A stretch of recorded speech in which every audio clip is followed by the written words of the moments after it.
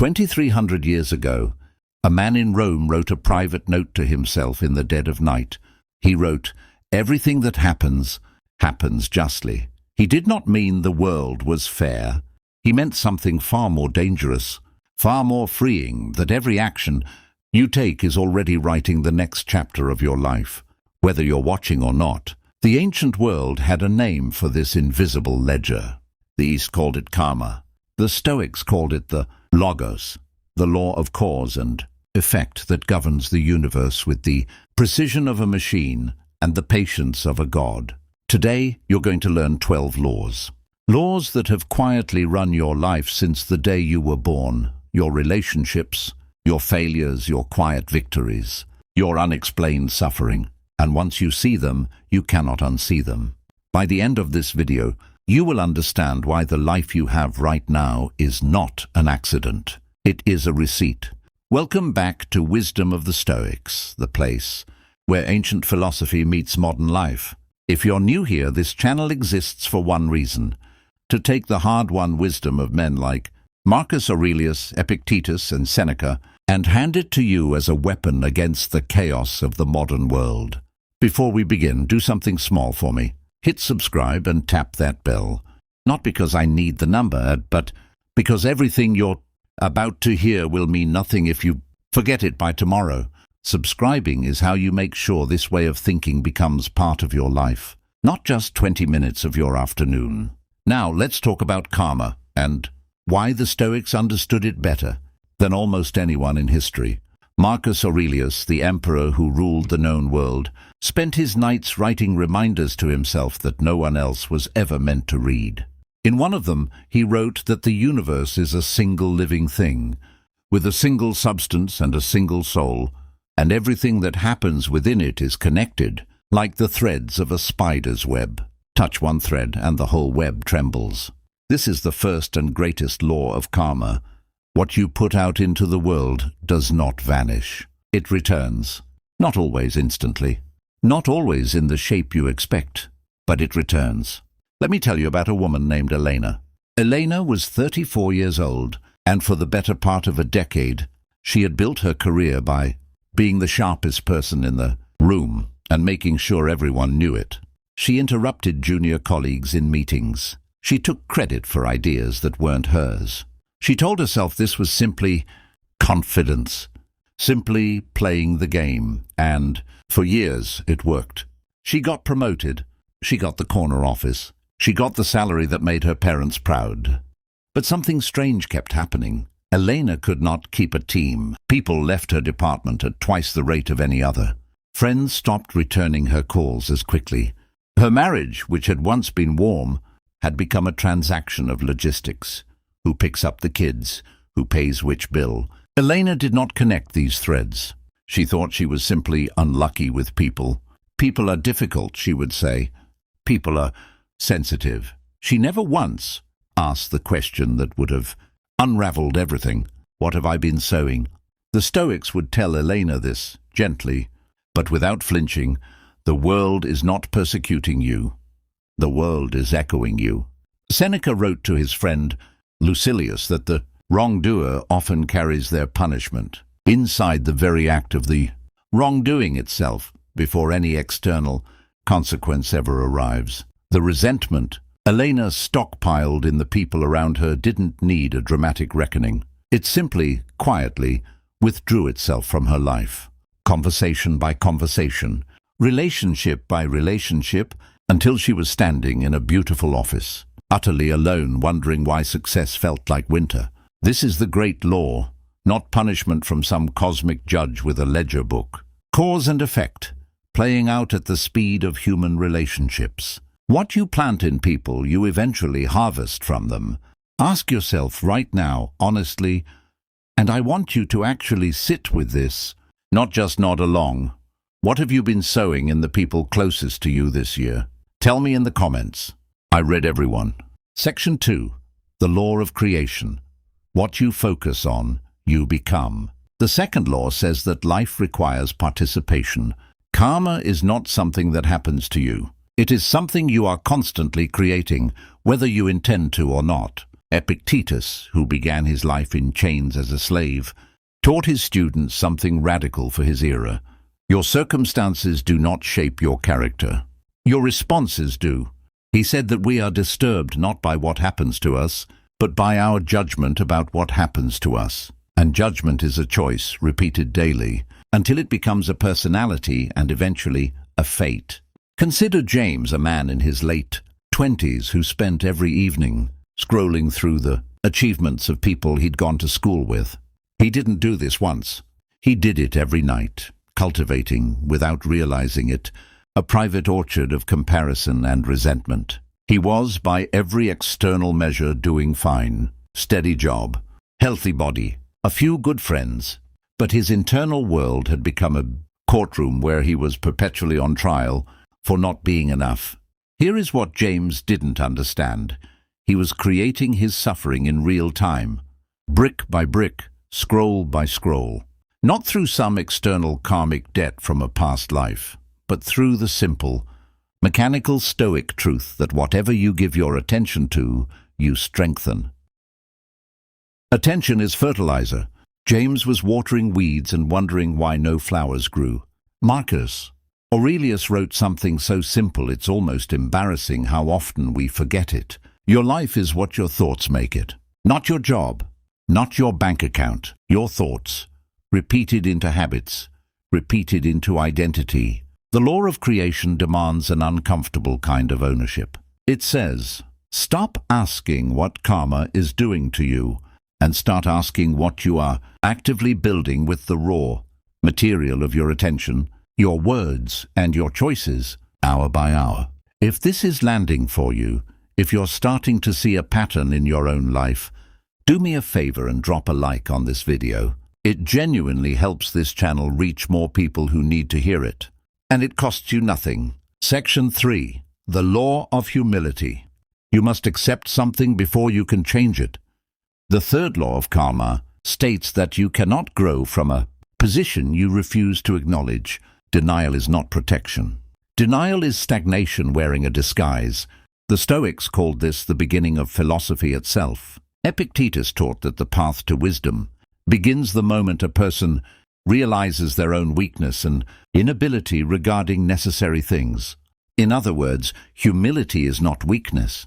Humility is the doorway. Nobody who believes they already have all the answers ever walks through it.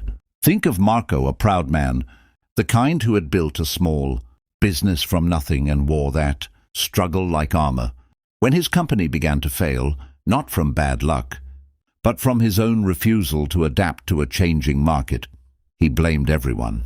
The economy, his employees, customers who didn't understand quality anymore. For 2 years, Marco sowed excuse after excuse and reaped exactly what excuses always yield. No change, no growth, and a slow, painful decline dressed up as bad luck. It wasn't until Marco sat, humiliated, in front of a bank officer explaining why he needed another loan that something cracked open in him. He finally said the sentence that changes everything. This is my fault. Not to punish himself. Seneca would have scolded him for that kind of self-flagellation, but simply to see clearly. And in seeing clearly for the first time, he could actually act. This is the law of humility. Acceptance is not surrender. It is the price of admission to change. The Stoics practiced this daily through something called the evening review, asking without cruelty, where did I go wrong today, and where did I go right? Not to punish, to see. Section 4. The law of growth. Wherever you go, there you are. The fourth law tells us that changing your environment does not change your character. You take yourself with you wherever you go. Seneca wrote to a friend who kept moving from city to city, hoping a new location would cure his restlessness. Seneca's response was blunt. The problem is not the place. You are fleeing yourself, and yourself travels at the same speed you do. This is one of the most quietly devastating laws, because we love to believe the opposite. New job, new relationship, new city. Surely this time it will be different. And sometimes, for a season, it feels different. But the patterns return because growth is internal work disguised as external change. True change, the law of growth insists, only happens when you change from the inside, your judgments, your reactions, your character, not merely your scenery. Marcus Aurelius reminded himself constantly that he could retreat into no quieter, more untroubled place than his own soul, and that this retreat was available to him at any hour, in any circumstance, without needing to move a single mile. Section 5. The Law of Responsibility. Whatever surrounds you reflects your own state. Take a breath here because this one is heavy, and I want you to actually receive it rather than defend against it.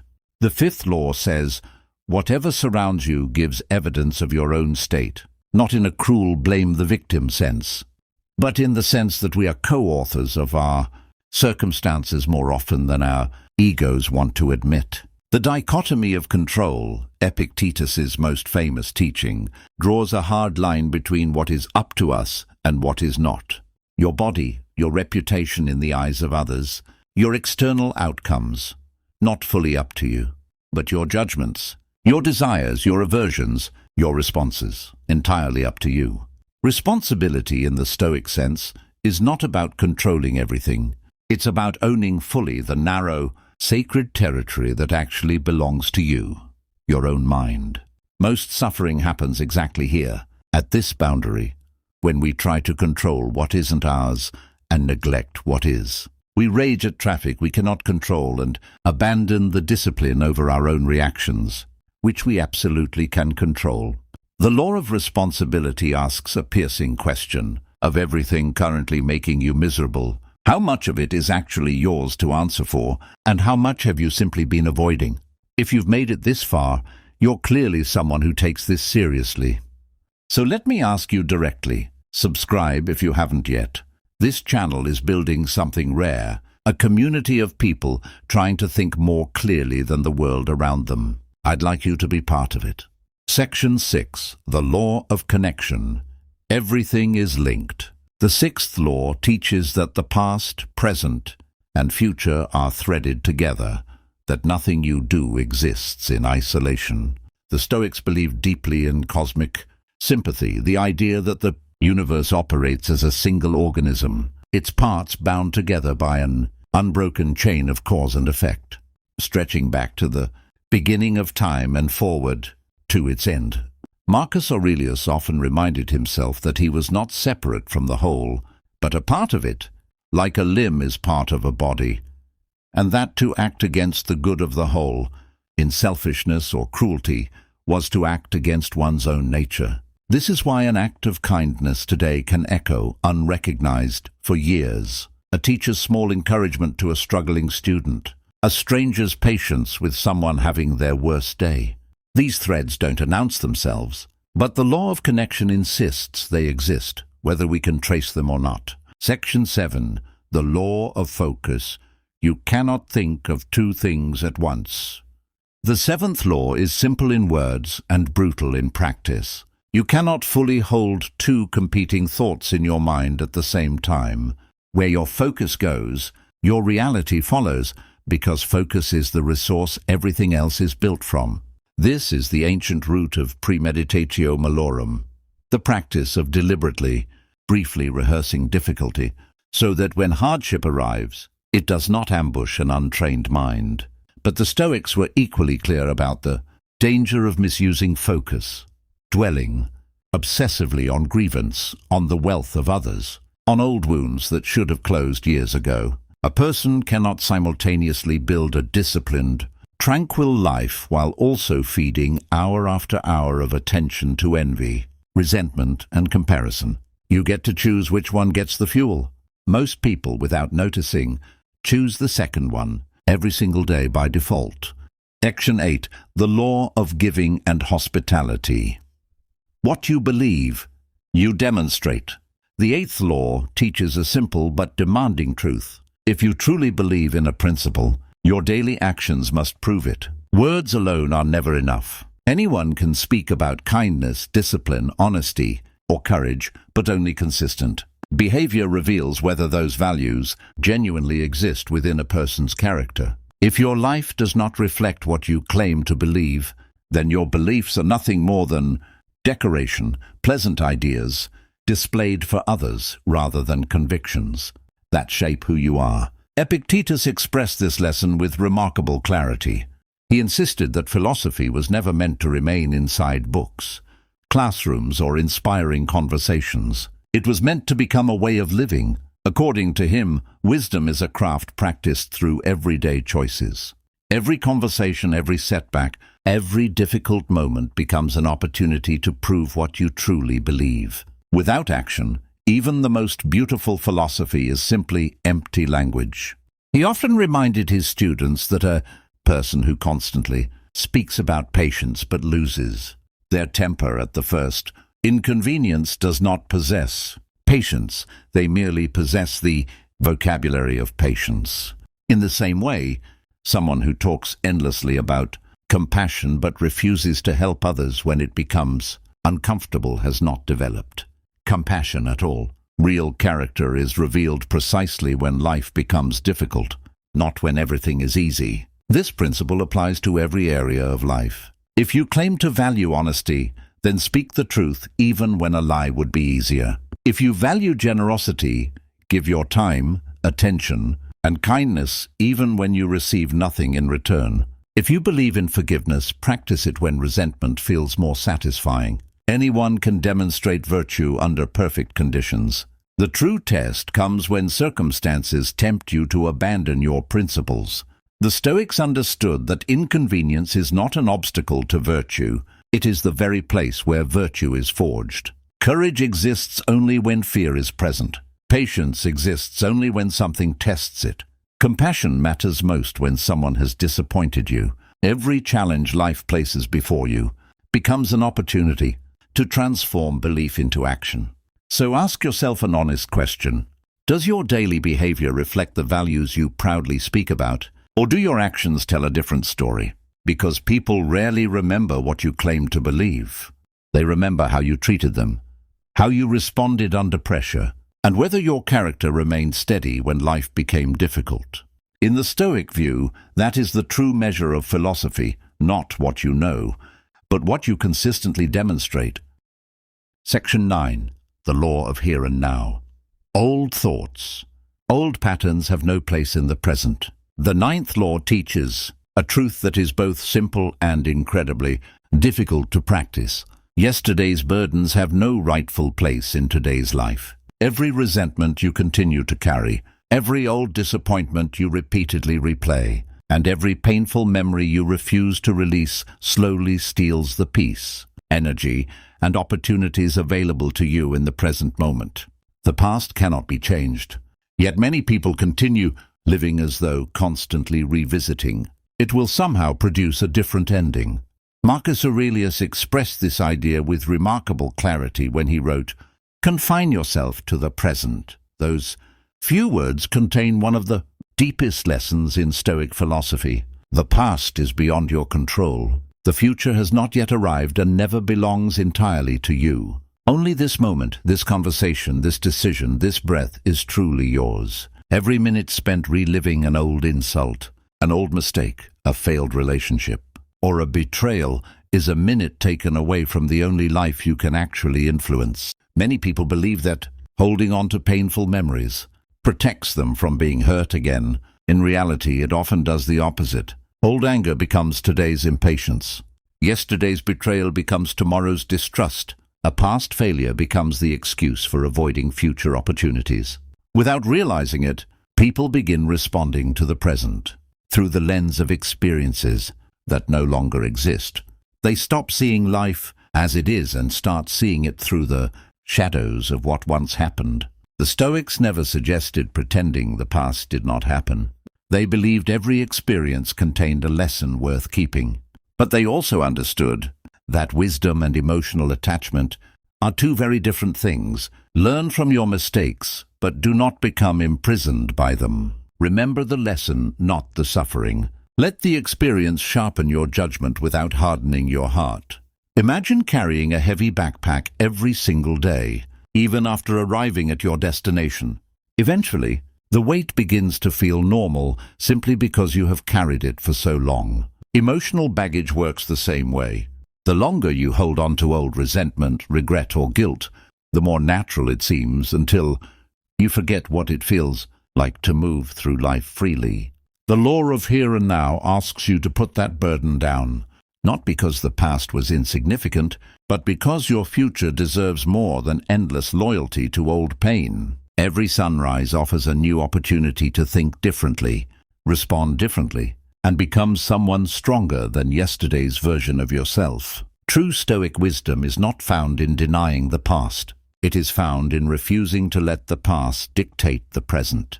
Because peace begins the moment you stop living in memories and start fully inhabiting the only place where your power truly exists, the present moment. Section 10. The Law of Change. History repeats until the lesson is learned. The 10th law may be the most unsettling of them all because it asks you to consider a possibility most people spend their lives avoiding. What if the struggles that keep returning are not punishments, but lessons? What if the same problems continue appearing because there is something within you that has not yet changed? Stoic philosophy teaches that patterns rarely disappear until the wisdom hidden inside them has been fully understood and applied. Think about your own life for a moment.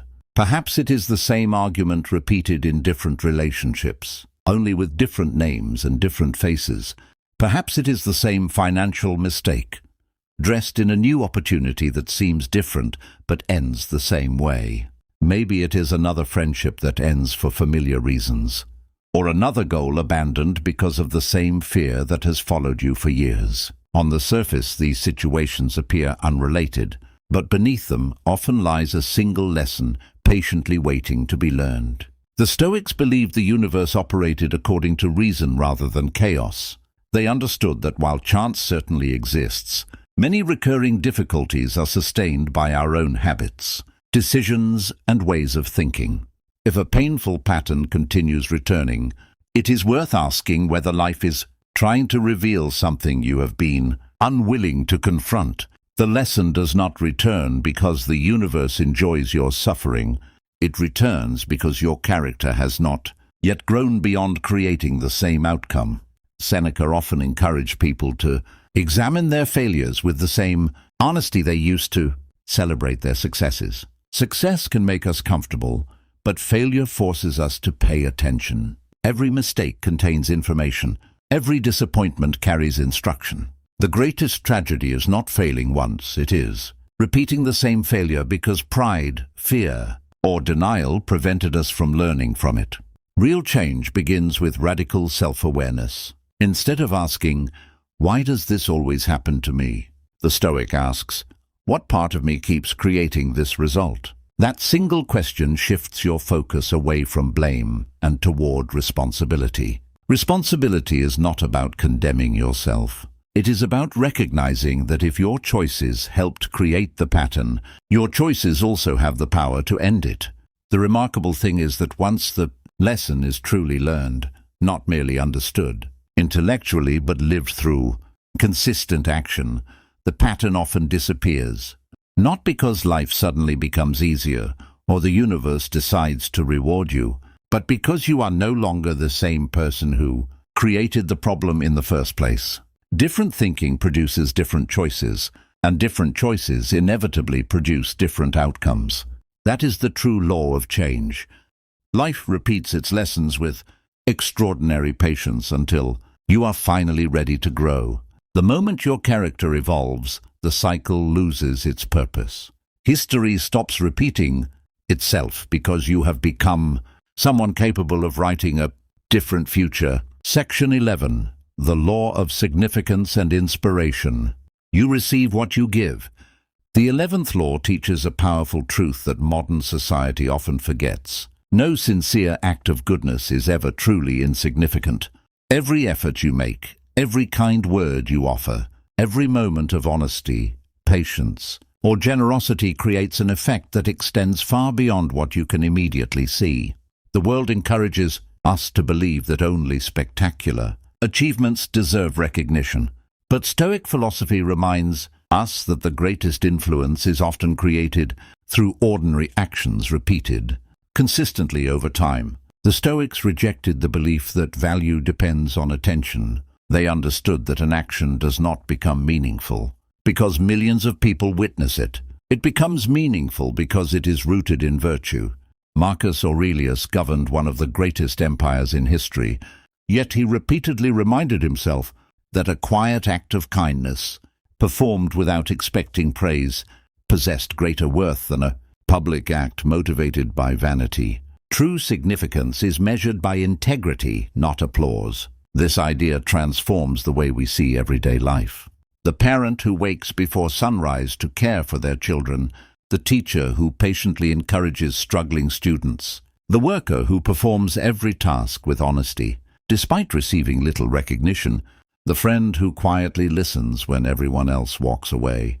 These people may never receive awards or headlines, yet their influence reaches deeper than they realize. Their actions shape families, communities, and future generations in ways that cannot always be measured.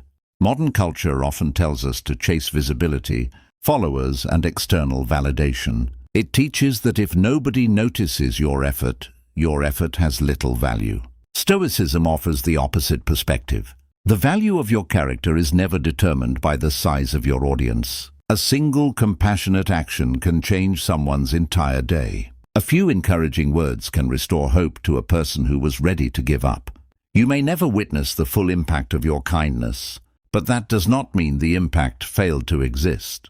The Stoics believed that virtue is its own reward because every good action strengthens the person performing it. Every time you choose honesty over deception, patience over anger, or generosity over selfishness, you are not only helping someone else, you are shaping your own character. In that sense, every act of goodness returns to you, not always through immediate rewards, but through the gradual transformation of the person you become. So if you sometimes feel invisible, remember this law. The effort you invest today is never wasted simply because it goes unnoticed. Every honest day's work, every quiet sacrifice, every moment of self-control and compassion becomes part of a life built on lasting significance. The world may overlook these moments, but your character never does. In the Stoic view, what you consistently give to others eventually becomes the person you are, and that is the greatest reward anyone can receive. Section 12. The Law of Rewards. True change requires consistent action, not one grand gesture. The 12th and final law reminds us of a truth that is both simple and demanding. Lasting rewards are never created by one dramatic decision. They are earned through small, consistent actions repeated over days, months, and years. Real transformation is rarely exciting. It is built quietly, one choice at a time, until those choices become habits, and those habits become character. This is where most people struggle. They wait for the perfect moment, the perfect plan, or the perfect burst of motivation before taking action. They believe one powerful decision will completely change their lives overnight. But the Stoics understood that lasting growth has never worked that way. They knew that character is not built through occasional inspiration. It is built through disciplined repetition. Epictetus compared moral development to physical training. No one builds a strong body after visiting the gym once.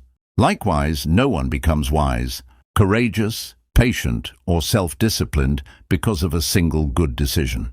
Strength is created by returning again and again, especially on the days when motivation disappears. The same principle applies to every area of life. Healthy relationships are built through daily respect. Financial stability grows from consistent responsibility. Inner peace develops through repeated self-control. Great lives are simply ordinary days lived with extraordinary consistency. The most important actions are often the least glamorous. Waking up on time when no one is watching. Keeping your word even when breaking it would be easier. Remaining calm during difficult conversations. Choosing discipline instead of comfort. Reading one more page. Taking one more walk. Practicing gratitude before sleep.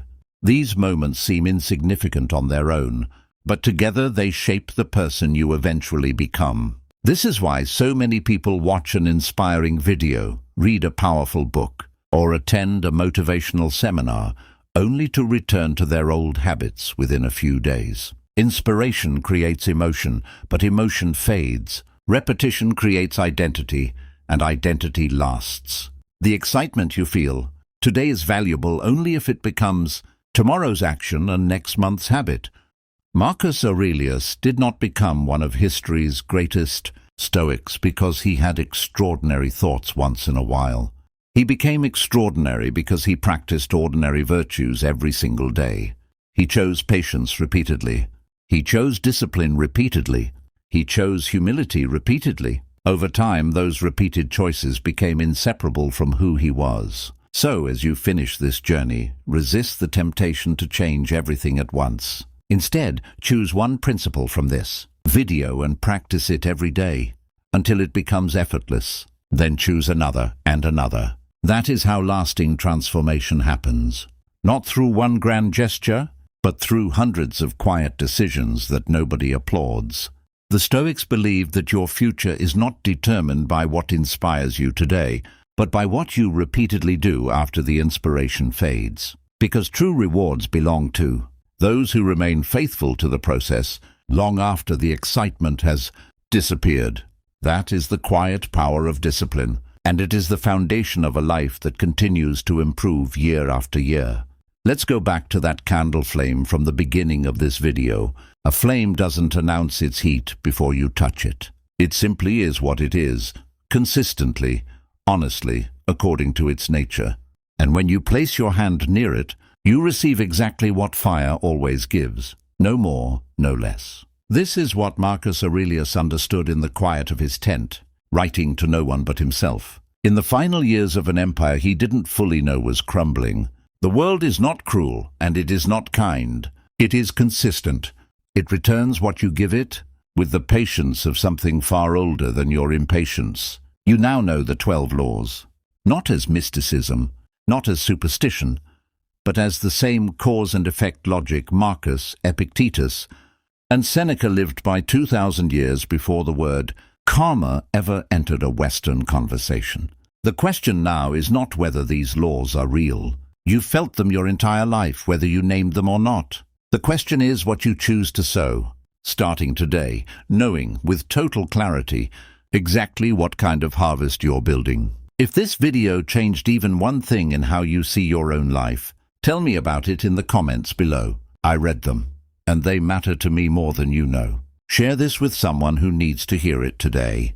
And if you haven't already, subscribe to Wisdom of the Stoics, because the work of building an unshakable mind doesn't end when this video does. It's only just beginning. Until next time, memento mori, amor fati, and walk your path with an unshakable mind.